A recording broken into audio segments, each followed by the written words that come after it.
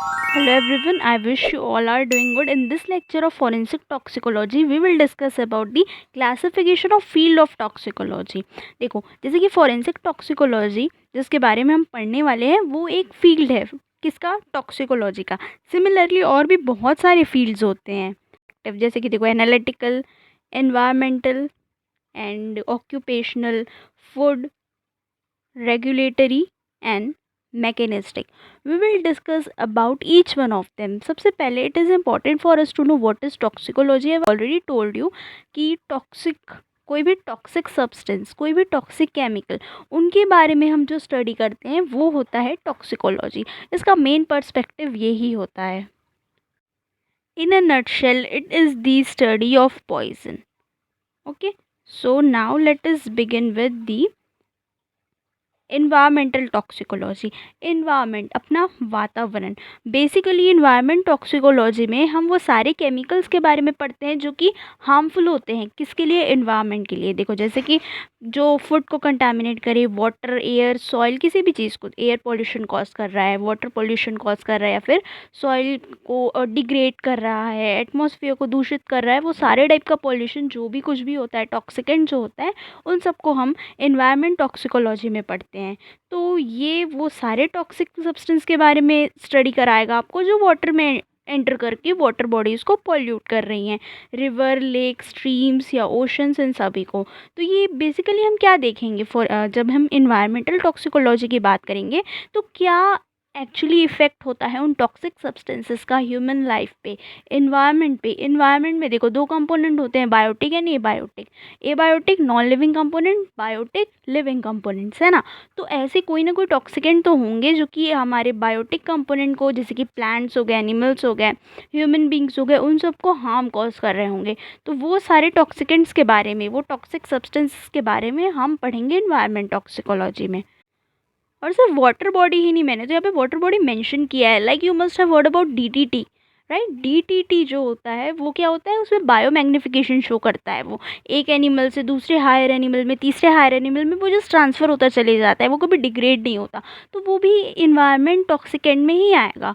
ठीक है. तो next category is food toxicology. नाम से ही पता चल रहा है फूड में जो भी एडल्ट्रेशन होता है वो सब चीज़ इसमें पढ़ी जाती है, वो हर चीज़ को इसमें डिस्कस किया जाता है. Have a look. Involves delivering a non toxic, ensure करना. फूड टॉक्सिकोलॉजिस्ट का काम क्या होता है, इंश्योर करना कि जो भी फूड सप्लाई कंज्यूमर को मिल रही है वो टॉक्सिकेंट फ्री हो, क्योंकि एडल्ट्रेशन यानी मिलावट आज के टाइम पे बहुत हाई लेवल पर हो रही है. And to stop this it is very essential that people should know about food toxicology and food toxicologist need to be employed in this field.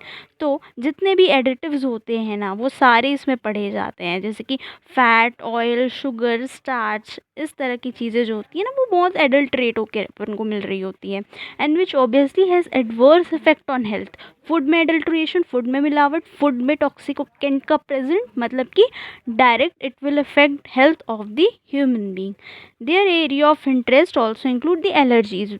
जिसको, जैसे किसी को गार्लिक से एलर्जी है या तो फिर किसी को अदरक से एलर्जी होती है, तो इस तरह की चीज़ें भी इसमें पढ़ी जाती है. It is whole sole related to the food and the toxicant that are present in the food particles. Now occupational toxicology. Occupational toxicology को इंडस्ट्रियल टॉक्सिकोलॉजी भी बोलते हैं. ये बेसिकली क्यों आया, this was introduced in order to act as a safe guard for the factory workers. क्योंकि बहुत सी जगह पे क्या होता है ना, फैक्ट्री वर्कर्स की प्रॉपर सेफ्टी का ध्यान नहीं रखा जाता, so they are often exposed to harmful hazardous chemical in the workplace, okay, which is often neglected. Their health is often neglected, their safety is often neglected, which is why there is an obvious need for the occupational toxicology of occupational toxicologists to get involved in the workplace where harmful chemicals are being used. जैसे कि यहाँ पर data दिया हुआ है, world health organization के according 100 million ऐसे cases आए हैं इलनेस के जो कि रिपोर्ट होते हैं. देखो 100 मिलियन केसेस दिखे हुए हैं ऑक्यूपेशनल इंजरीज़ के. ठीक है, causing 0.1 million death in the world. It is obviously a very high amount, very huge amount. And जब हम अगर इंडिया की बात करें ना, तो टोटल जो 45% डेथ होती है ड्यू टू ऑक्यूपेशनल इंजरी, वो इंडिया में होती है, which is obviously a huge number again. And 45,000 fatal injuries मतलब वैसी इंजरीज जिससे वर्कर्स की डेथ हो जाती है, वो भी इंडिया में ही होती है। And 17 million non fatal injuries, again a very huge amount. तो 17 बिलियन नॉन फेटल इंजरी भी इंडिया में होती है, because of which there is an need for occupational toxicology. अब next category which is regulatory toxicology. Now regulation means किसी चीज़ को control करना, किसी चीज़ को रेगुलेट करना। रेगुलेटरी टॉक्सिकोलॉजिस्ट का मेनली काम क्या होता है? अच्छा हाँ, let me tell you that I have been using toxicologist word which means person, people who are engaged with the study of toxicology, उसको हम टॉक्सिकोलॉजिस्ट बोलते हैं। तो बेसिकली रेगुलेटरी टॉक्सिकोलॉजी का काम क्या होता है कि रेगुलेट करना, एक standard amount, concentration based standard amount देना। क्यों? सेफ एक्सपोजर के लिए, किसी भी केमिकल, किसी भी टॉक्सिकेंट का एक ऐसा स्टैंडर्ड अमाउंट सेट कर देना। For an example 50 milligram, 50 milligram से ज़्यादा केमिकल आप यहाँ नहीं यूज़ कर सकते। तो it is like that of the standard amount. इससे ज़्यादा अगर अमाउंट यूज़ किया जाए तो वो फेटल हो सकता है। तो एक स्टैंडर्ड अमाउंट डिसाइड करना, किसी भी चीज़ की, हार्मफुल टॉक्सिकेंट की एक स्टैंडर्ड कॉन्सेंट्रेशन डिसाइड कर देना, ताकि वो ज़्यादा लीथल ना हो आगे जाके। तो वो सारा काम होता है रेगुलेटरी का। जैसे कि मैंने बताया, रेगुलेट करना मतलब किसी चीज़ की अमाउंट को कंट्रोल करना, रेगुलेट करना is what we call regulation. अब अगली कैटेगरी है क्लिनिकल टॉक्सिकोलॉजी की। तो क्लिनिकल टॉक्सिकोलॉजी का मेन कंसर्न क्या होता है? वो डिजीजेज और वो इलनेसेस जो कि शॉर्ट टर्म या फिर लॉन्ग टर्म किसी भी केमिकल के एक्सपोजर से आती है। जैसे बहुत से एन नंबर ऑफ डिजीजेज होते हैं जो कि किसी भी केमिकल में लॉन्ग टर्म एक्सपोज रहने से हो सकता है। We will learn about each one of them in detail in later lectures of the forensic toxicology. ठीक है, तो ये सिर्फ होल्स और क्लिनिकल टॉक्सिकोलॉजी का पार्ट नहीं है। हर एक, जितने भी हम अभी फील्ड्स पढ़ रहे हैं ना, सब एक दूसरे फील्ड से कुछ ना कुछ मामलों में कोरिलेटेड हो गए। तो अब क्लिनिकल टॉक्सिकोलॉजिस्ट आप किसको बोलेंगे? इमरजेंसी रूम फिजिशियंस हो गए, जो भी अपने जो बेसिकली इन स्टडी करेंगे इन सारे डिजीज़ेस की, है ना, जिस टाइप के भी केमिकल से जो भी हार्मफुल हज़ार्ड्स कॉज हो रहे हैं, उनकी जो स्टडी करते हैं, वो सारे आते हैं हमारे क्लिनिकल टॉक्सिकोलॉजिस्ट की कैटेगरी में। ठीक है, जो उनकी सिम्टम से फेमिलियर हैं कि अगर भाई इस तरह की इंजरी हो रही है, ये बर्न हो रहा है, तो ये इस केमिकल की वजह से होगा, and things like that. Symptom related to the exposure of the variety of toxic substances. ठीक है, उसको मैनेज करना, उसको ट्रीट करना, इस सारी चीज़ों की होल सोल इन्फॉर्मेशन जो रख के बैठते हैं, they are the clinical toxicologist. Okay, and the next category is analytical toxicology. Analytical toxicology में सारे जो भी बॉडी फ्लूइड्स हो गए, जैसे कि ब्लड, सलाइवा, सीमेन, यूरिन, इन सब की स्टडी की जाती है। स्टोमक के जो भी कंटेंट होंगे, और या फिर ह्यूमन एक्सक्रीटा हो गया, स्किन हो गई, इन सारी चीज़ों की स्टडी की जाएगी in order to identify the toxic chemical which is probably present in the body of the victim. तो ये सारी स्टडी की जाएगी। देखो, एनालिटिकल केमिस्ट्री जब हमने पढ़ा था तो हमने क्या देखा था, उसमें क्वांटिटेटिव और क्वालिटेटिव एनालिसिस की बात होती है। क्वांटिटेटिव इन द सेंस कि कितनी क्वांटिटी में जो भी टॉक्सिकेंट है वो प्रेजेंट होगा उस पर्सन की बॉडी में, एंड क्वालिटेटिव मतलब कि कौन सा है एक्चुअली, वो नेचर क्या है उस पॉइजन का, और वो एनिमल पॉइजन है, वेजिटेबल पॉइजन है, या फिर क्या नाम है उस पॉइजन का। ये सारी चीज़ें उस पॉइजन से रिलेटेड जो भी इन्फॉर्मेशन होगी other than it's quantity will be covered in the qualitative segment. ठीक है, तो ये सारी चीज़ें इसमें देखी जाती हैं। अगला आता है मैकेनिस्टिक टॉक्सिकोलॉजी।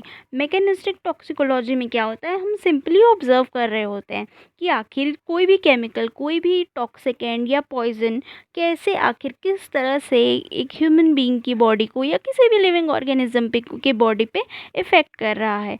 तो अब देखो, किसी भी केमिकल पे, पॉइजन पे या सब्सटेंस पे आई शुड से, अगर कोई पर्सन एक्सपोज हो रहा है तो वो केमिकल, वो पॉइजन उस पर क्या क्या हार्म कॉज करेगा, ये बहुत सारी फैक्टर्स पे डिपेंड करता है। तो हम यहाँ पे कुछ फैक्टर्स लिस्ट किए हैं, we will have a look at them. First, the size of the molecule. Size of the molecule varies, similarly the effect of the poison also varies.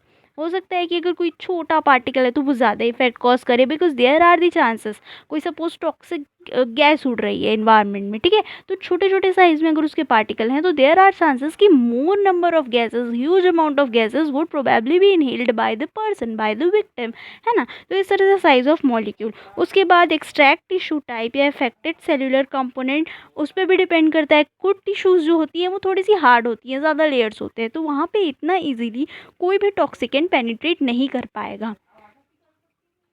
वहीं पे अगर कोई टिश्यू सिंगल लेयर की है, पतली सी है, तो देयर आर चांसेस कि इजीली स्किन को पेनिट्रेट करके the toxicant can get inside the body of the victim, ठीक है। Third point, whether the substance is easily dissolved in water और fatty tissue, all of which are important when trying to determine. Okay, अब polarity की बात हो रही है, whether this substance the toxicant is polar या नॉन पोलर, कुछ fat में डिजॉल्व होंगे, कुछ आपके वाटर में डिजॉल्व होंगे, है ना। तो ऐसे ऐसे करके बहुत से अलग अलग क्राइटेरियाज होते हैं जो कि डिटरमाइन करते हैं कि किस लेवल की टॉक्सिसिटी होगी जो वो टॉक्सिकेंट कॉज कर सकता है।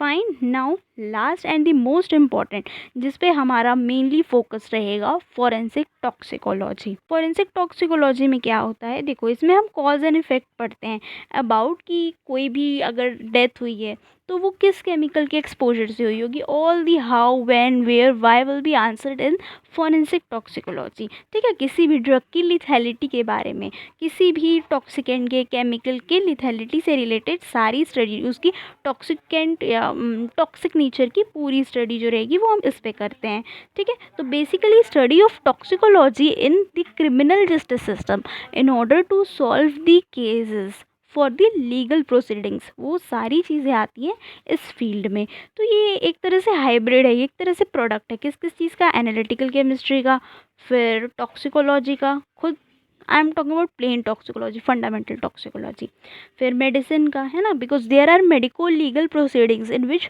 Your report will be helpful at as a forensic toxicologist. जब आप कोई भी रिपोर्ट तैयार करके देंगे कि किस ड्रग से डेथ हुई होगी, क्या अमाउंट होगा, है ना, कितना डोज उसका फेटल है, क्या उसका फेटैलिटी पीरियड है, वो सब चीज़, सब हर एक छोटी से छोटी चीज़ काउंट होती है मेडिको लीगल एस्पेक्ट्स में भी।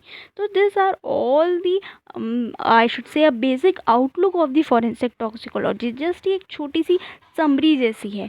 We will read about each topic in detail in upcoming lectures.